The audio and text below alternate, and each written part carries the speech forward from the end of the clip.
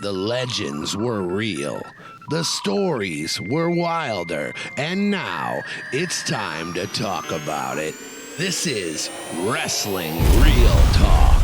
And now your hosts, A.T. Huck and Rude Boy. Hey. You know who it is. Yes, welcome once again to the ever-popular and sometimes controversial Wrestling Real Talk. I'm your host, along with my partner. I'm going to tell you about him in a second, but I'm going to tell you about me right quick. I'm Rudy Hill, also known in the wrestling world as Rude Boy, former JCW World's Champion, former JCW Hall of Famer, former JCW Tag Team Champion, and all-around good guy. And to my left, he's the wrestling legend. He is the one and only. I got to tell you something. When I'm around this guy, sometimes I feel like I'm around like Elvis in wrestling. Because when we go to some spots, and I'm gonna tell you some stories today. When we go to some spots, this guy gets mobbed, and I'm just like, wow, man, that's great. Because he deserves it. Because he's had a great, illustrious career in wrestling, and not just in ECW, where he stood out like a sore thumb because he was a great referee when they didn't have great referees back then. And he also has traveled all throughout hundreds, maybe even close to thousands of different promotions throughout his 30-year plus career. Of course, I'm talking about Alan Huckabuck, better known to the world as, yes, your sexy motor booty. Oh, I was waiting for the barrage. Go ahead, keep it coming. Sexy motor booty. That's an inside joke. But no, man, your main squeeze, the one and only, your main squeeze. A.T. Huck. What's happening, welcome, Rudy, man? Welcome. Man, but thank you for the accolades, man. Good God. I've been to 1,000 promotions.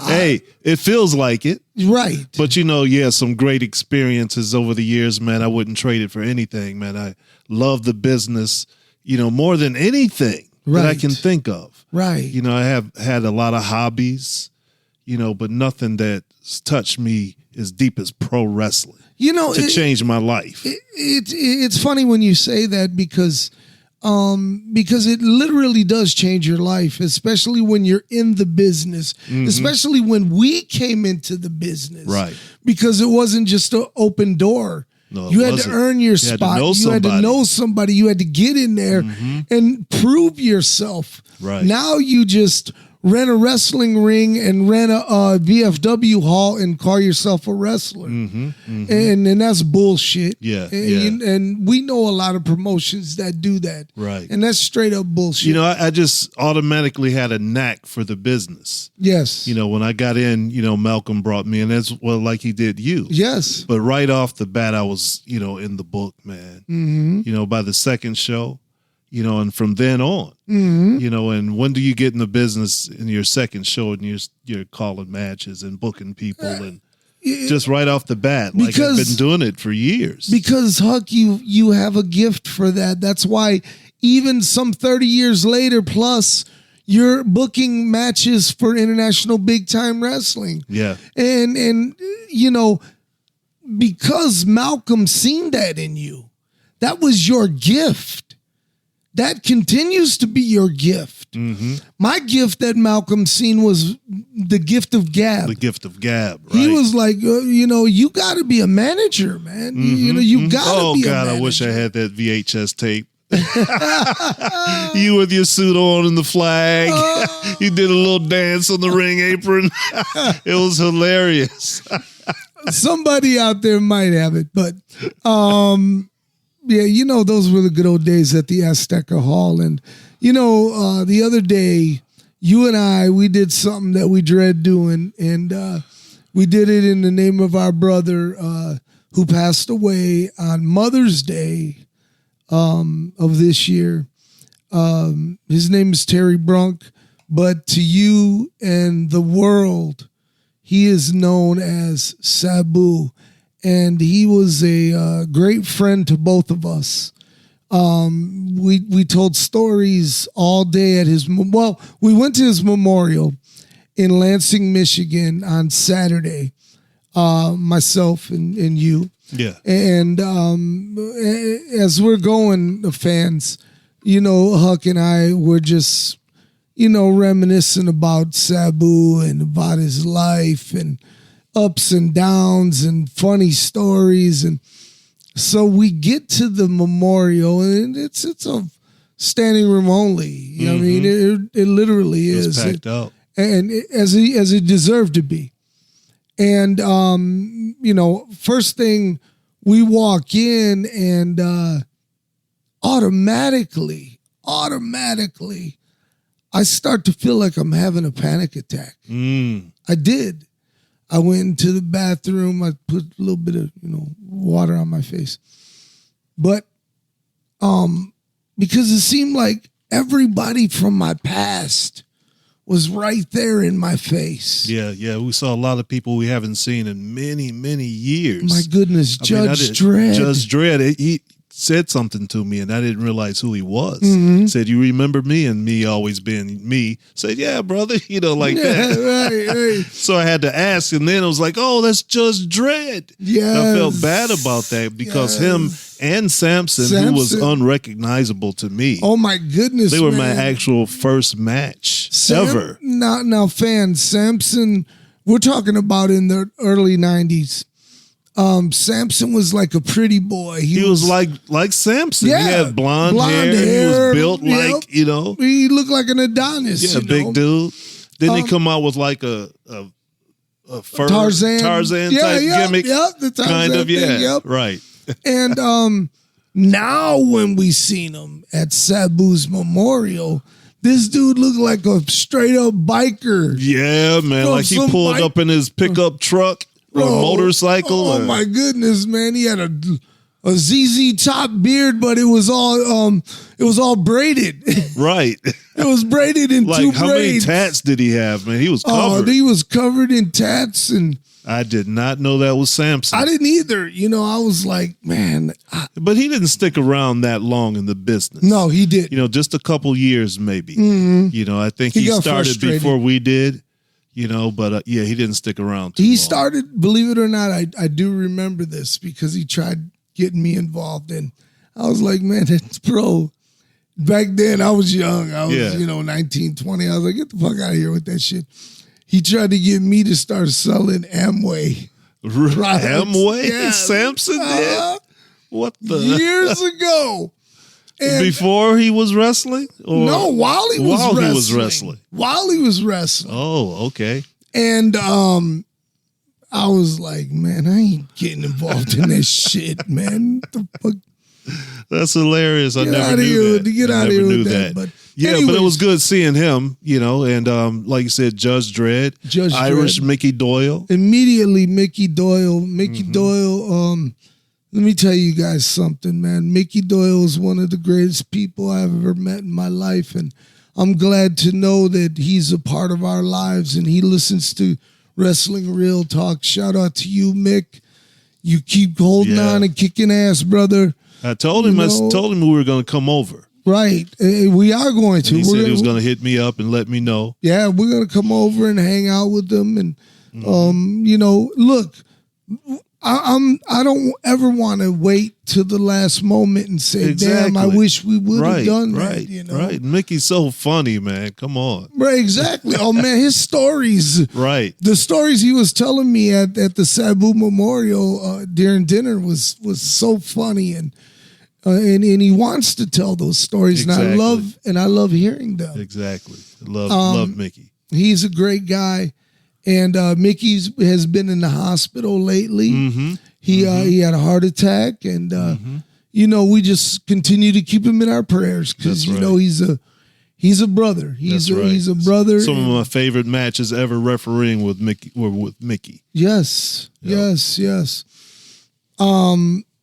CJ Otis. That's unrecognizable. Right. He's a big husky dude now, man. He used to be put together. Yes, man. He was a good he was a good looking fella. Me and him, we used to chase the same girl around. And he won. He won, yeah. And then I look at him now and I say, well, who really won? Gotcha. Yeah, shout out to CJ. Yeah, he lives up in Ludington, and I go up there, and every time I go, I say I'm going to contact him. Never do. Yeah.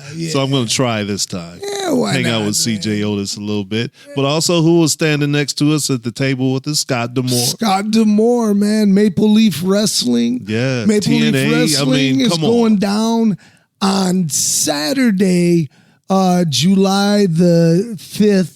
And it's in Quebec and Montreal. Montreal, right. For those of you out there, tickets are available right now. Go over to mapleleafwrestling.com. They'll have all of the information and the different ticket prices. But for those of our Canadian listeners out there, support Maple Leaf Wrestling and keep the tradition alive. One of the oldest wrestling promotions in the history of professional wrestling. And Mr. Scott D'Amore has taken it by the realm and has rejuvenated it and has brought it back with the hot action of today. That's right, man. And Scott, his track record is proven. Everybody knows what he's done in Impact, TNA, whatever you want to call it. You know, their best years were under Scott D'Amore. And now he's taken that flavor and even more to Maple Leaf Wrestling. You know, we talked to him the other day. Of course, he invited us over. Mm-hmm. You know, so I'm going to try to, when they're a little closer, I don't think I'm going to Montreal. A little closer in, you know, Chatham or something like that. Right. But yeah, man, he's a great dude. I told him, let me know when you're going to do Detroit. And he was like, we're thinking. He was serious. Oh, yeah. He said, we're thinking about it. And I was like, hey, man, you know the perfect spot to do it at, man. CompuWare Arena. You guys would do fine there. I do believe that. Mm-hmm, you know, it's a a little 4,000 seater. Right. And I remember my CP. Yeah. We brought TNA the first too. TNA ever. Their first house show ever. Yes, we promoted it. I refed the main event. I'm proud to say that me and Joe Bruce went to Alex Abyss. Who was head of Psychopathic Records at the time, and we said, listen, this is going to work. And he's like, nope, he never wanted to lose money on wrestling. And all we wanted to do was lose money on, well, we didn't want to lose money on wrestling either, but it didn't stop us. Have wrestling. Right, it didn't stop us from trying to sell it. So anyways, finally, he's like, okay, man, I'll bet you guys that we're going to lose money on this. And I said, man, and he was like, no, it's just going to be a friendly wager. It's just going to be a friendly wager. And it was $500, right? And so I said, okay, man, I'm down with it. Let's go. Okay. So the show goes off. It's on St. Patrick's Day of that year. I remember because they were serving green beer in the arena. And I remember there was a accident which was holding up people from getting into the parking lot because it was a madhouse. That's how packed it was. And let me tell you something. I busted my ass promoting that show. I had ads on TV. I had ads on WRIF radio in Detroit. We went with the stars of TNA to the Plymouth Whalers games, to the sellout Plymouth Whalers games, and had autograph sessions with some of the biggest stars at TNA at the time. And they came in graciously to help promote their first ever pay-per-view. That's smart business. And we even did it at the mall and everything. And, nothing was stopping us. So everything. I'm excited, man, it's got to be a success. Well, he comes with the books a few days later, and he looks, and we're looking. I don't know what I'm looking at. He's, he's looking, and he hands us a copy of, or he hands me a copy of the thing, and I'm like, oh, okay. And he was like, do you see what we made? After all the expenses, after the insurance on the CompuWare Arena, after the thousands of dollars on the ads and all of that good stuff, do you know what we made? And I was like, well, what happened? What did we lose? And he was like, we made $1. $1. Unbelievable. Here's your money, Rudy.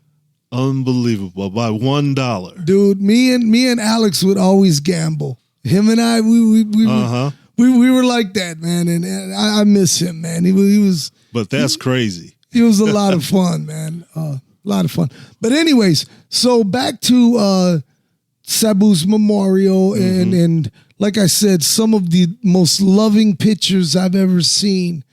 And some of I know it had to be heartwarming to see your face up there. Yeah, I wasn't expecting that. There was, they had the little video montage, and there's a picture of me and Sabu. And not only that, some of his flyers or business cards that I made for him were also on the video screen.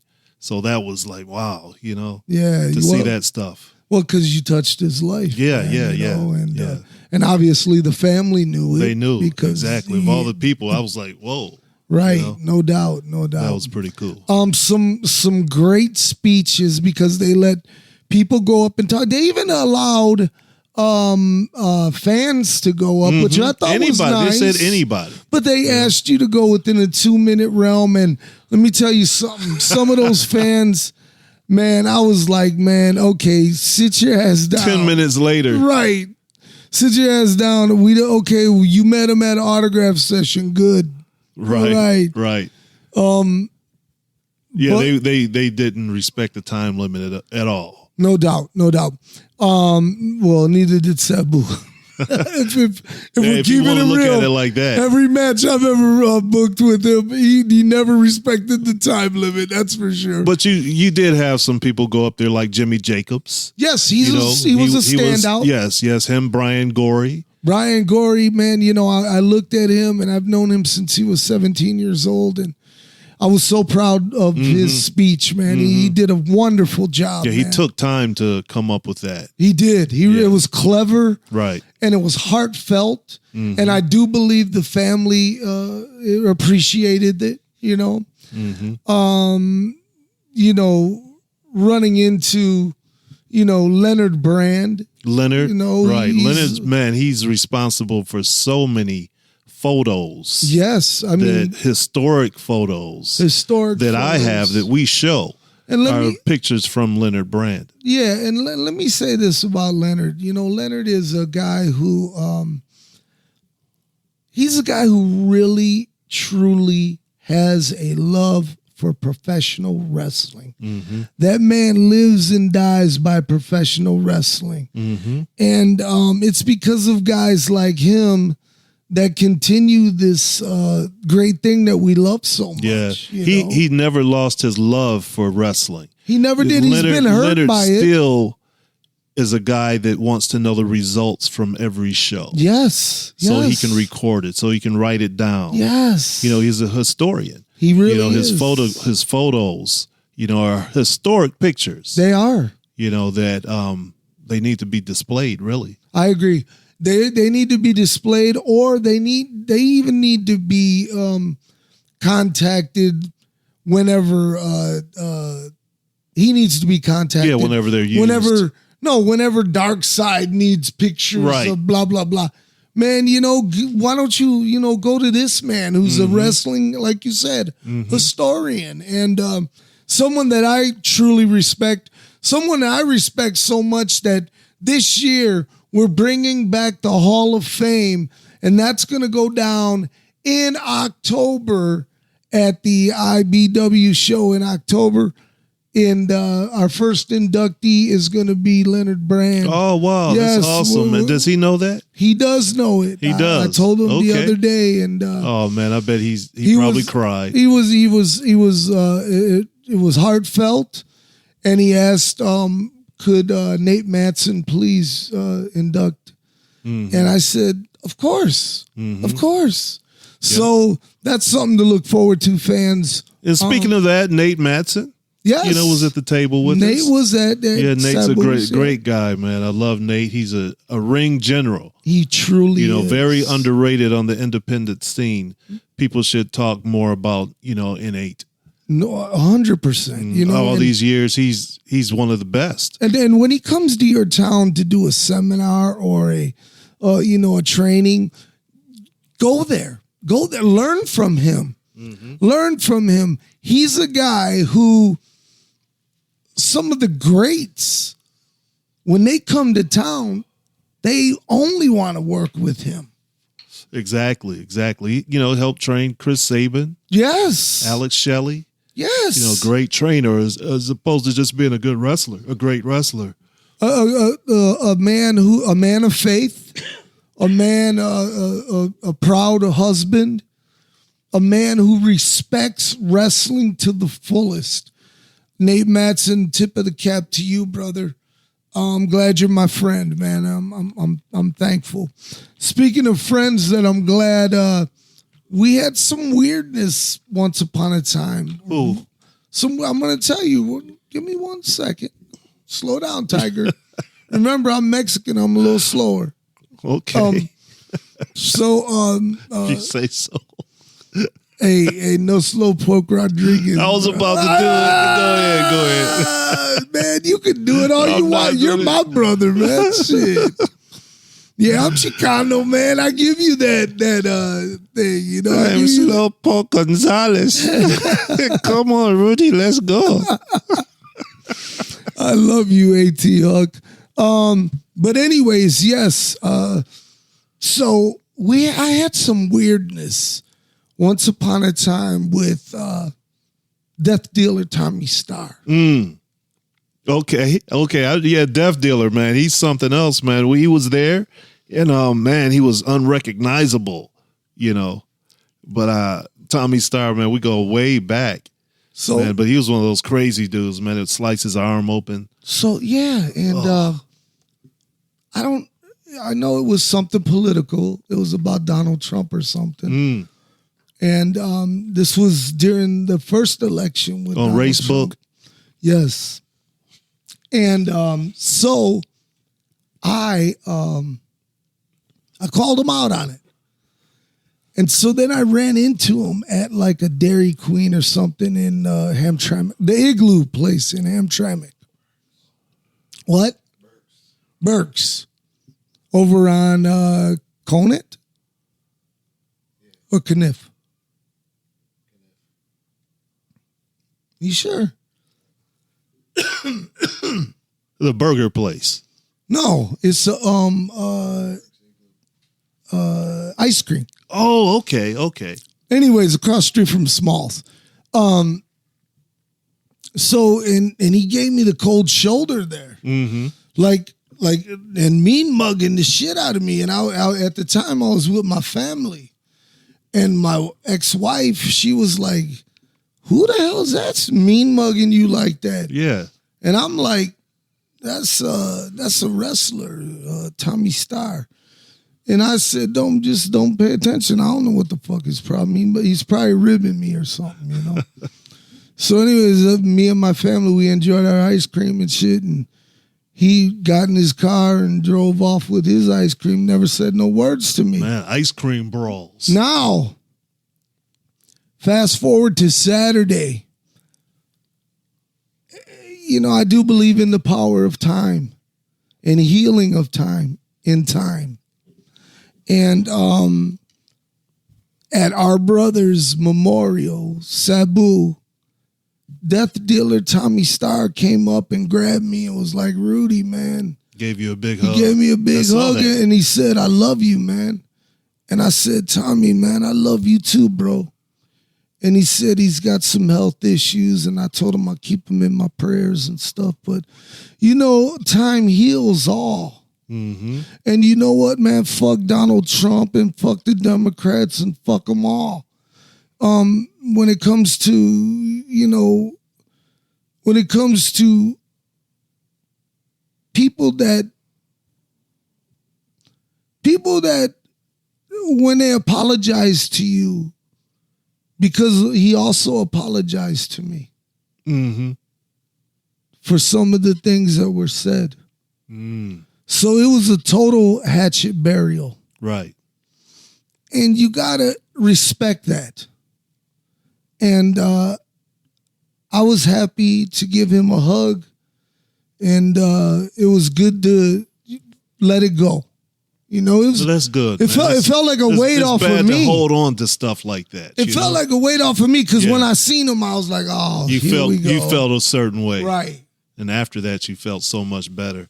Yeah, but some people may know him as Hollywood Chuck Hogan. We know him around here as the death dealer Tommy Starr.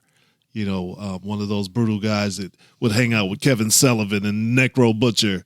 Hey, let me tell you guys something. Everybody in this room, including Bobby Rocks and Carlitos, he's lying right there, man. What? Because he is death dealer. Oh, I'm the death dealer. One night, I was dealer. the death dealer. That's right. Yes. That's right. Because everybody in the area just knew Tommy Starr was the death dealer. So when the death dealer came out there at Tommy Starr's deal, and I started whacking Tommy Starr with the kendo stick. So we were throwing people off. The place went I tagged Mickey Doyle. Yes. That was great. And Mickey Doyle threw this big thing of baby powder in my face. Yes. And all the whole floor. And I'm covered in baby powder. And he's punching me. Mickey Doyle punches. That was great. Mickey Mickey was good, man. He was so good, man. But back to what we were saying. What were we saying? I don't remember either, man. Mickey Doyle, the death dealer. You're the death dealer, right? Yes, you're the death dealer. I'm the death dealer. And anyways, so we buried the hatchet, and that was all good. That was cool. And shout out to him, and please keep the guy in your prayers, man. Yeah. Hey, man, he's going through some health issues, and I'm not. I wouldn't put his business out there. But he could use some prayers. Yeah, I'll take it easy on him then. Oh, it was good seeing him. Oh my goodness! And then we, of course, our old pal from the Azteca Hall days, who used to have slap face, but no longer does. He's a friend of ours. That's why I can joke like that. Who are you talking about? You know who I'm talking about. Who had slap face back in the day? Slap face? At Azteca Hall. You talking about RVD? Rob Van Dam. I had to think what slap face was. That's Rhodesia. Slap face. Rhodesia, right? Is it Rhodesia? I don't know what it is. That's a country. I call it he slap face. He had those pink cheeks. But it was good to see him, man, with the first thing he comes up and embraces us, man. Yeah. He looked like he was going to DDT you or something. Right, man. right. He couldn't get to me, and he was trying to give me a hug. Yeah. So he reached behind, and it looked like he was about to give me a stunner. He was like, Huck, this is the hug. I can reach you. It was good seeing him. It was good reminiscing with him. He's a friend, and he proved what kind of a friend he is. Yeah. And what kind of a brother he is. It was hard for him to keep it together. It was so hard for him to keep it together, and it really put a lump in my throat. I knew that moment would come, but you don't want to, And he really told the entire story. He did. From the time he met Sabu until the end. all in that one, little speech. It's a long history that he told right there. And I knew a lot of it. They were filming, and you guys should keep your eyes open for it. They were at the end of filming the Sabu not memorial, but documentary that they started while he was alive for the last 3 years. They've been following him around and everything, and they spoke with both of us for stories. So I was proud to do that. Joel Diaz. Joel Diaz was Sabu's manager for a while, and he had a beautiful speech too, man. He really did, and how Sabu gave him a chance, man. Right, had a dream. Put him out there ringside with him. Yes, traveled with him. Yes, taught him. 6 years he rolled with Sabu.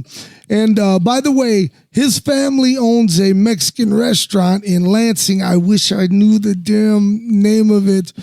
But they catered the memorial, and some of the most delicious Mexican food I've ever had in my entire life. Man, my plate was so stacked it almost bent in half. Hey, and put a little extra support under it. You know what else they had a little extra of, because it was his favorite dish? They had meatloaf for Sabu. I had 2 big pieces. Yeah. Man. The Mexican restaurant specially made meatloaf. And it was cool, man. And they had a little bit of corn on the side, the way Sabu liked it.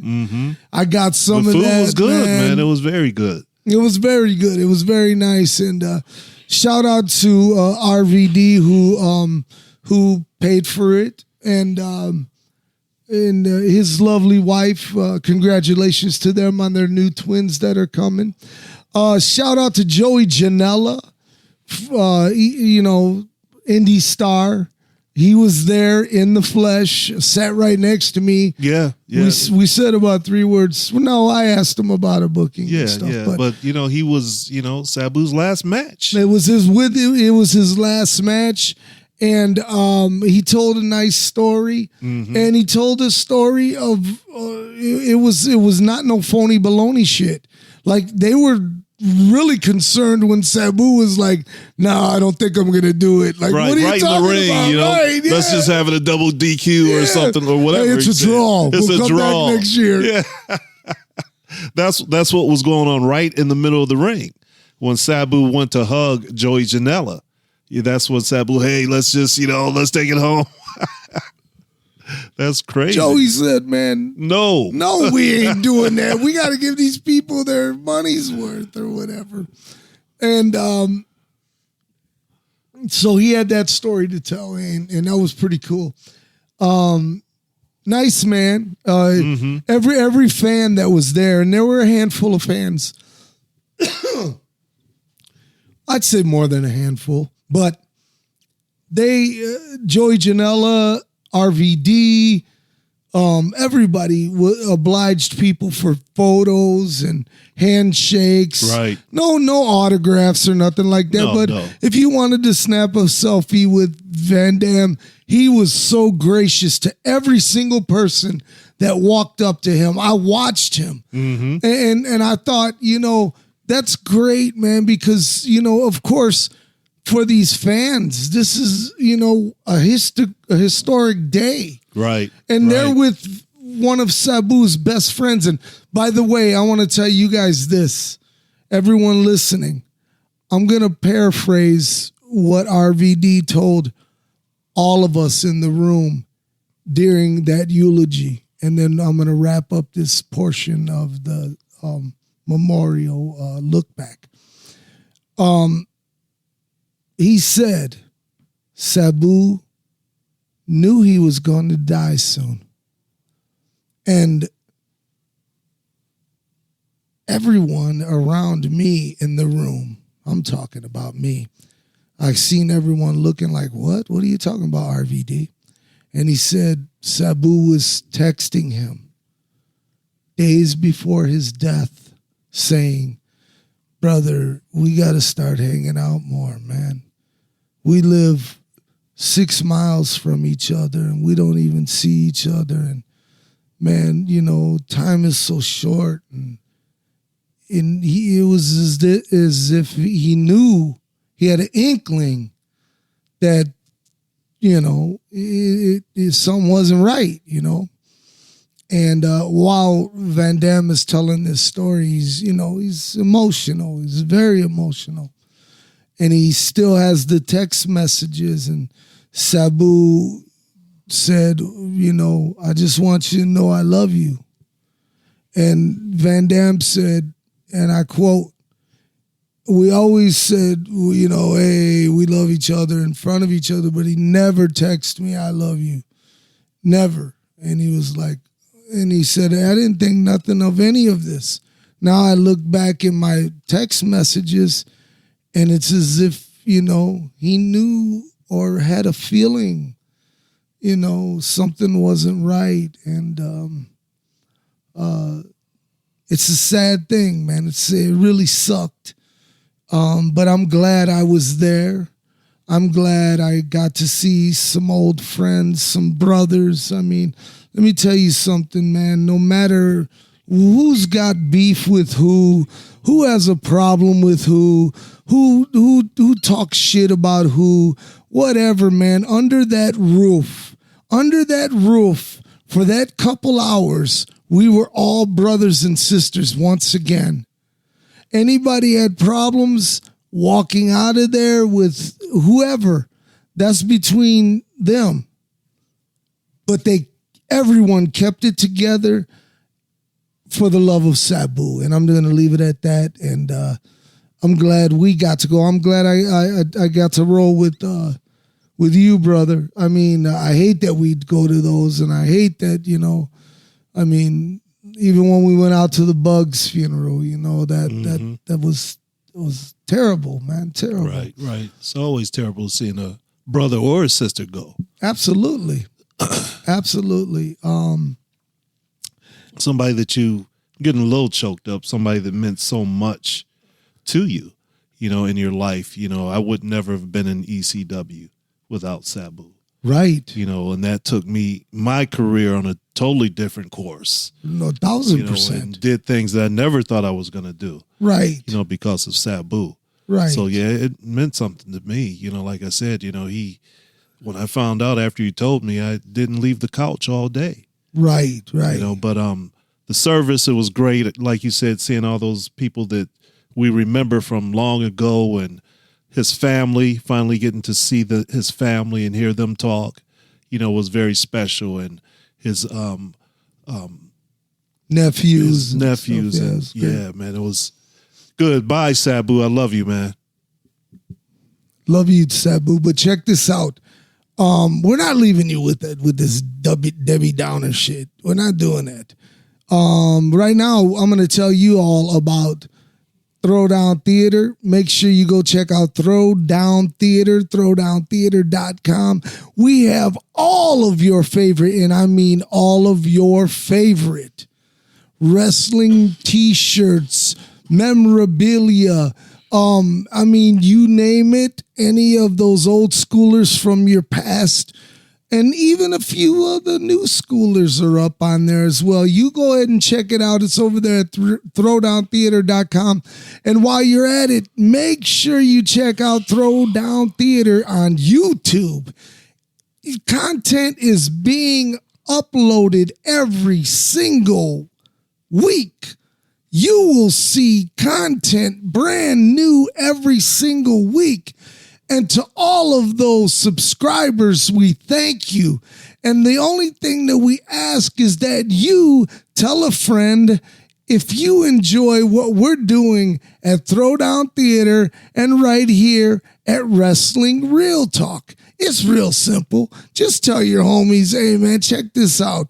If you like it, subscribe. And if you don't, tell them you guys suck.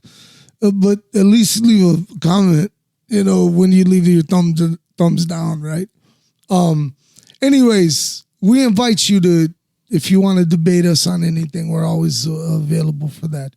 The other thing, Taqueria El Rey. Make sure you go there. Eat.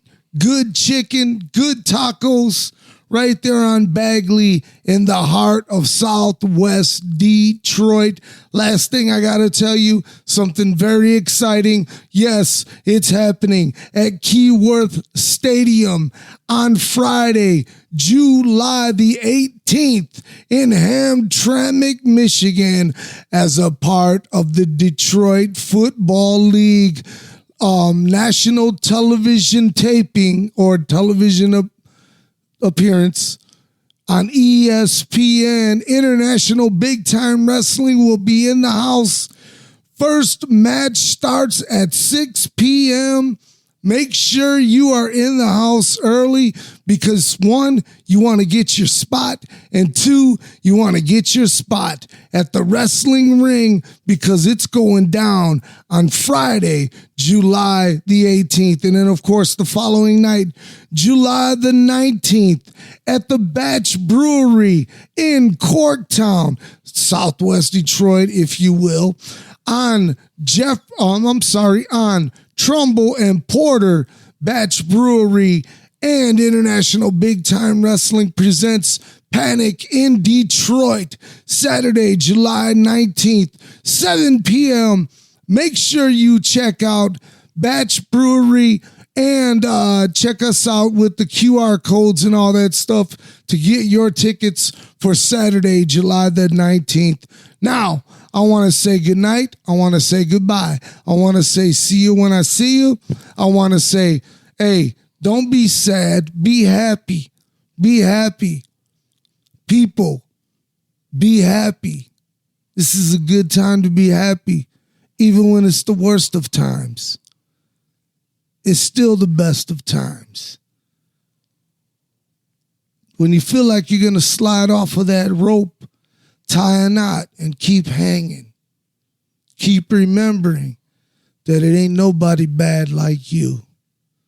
Now, like I always say, each and every week, we're not here for a long time. We're here for a good time. Be good to one another. Take care of one another. Peace in the Middle East. Peace and love from God above. Peace.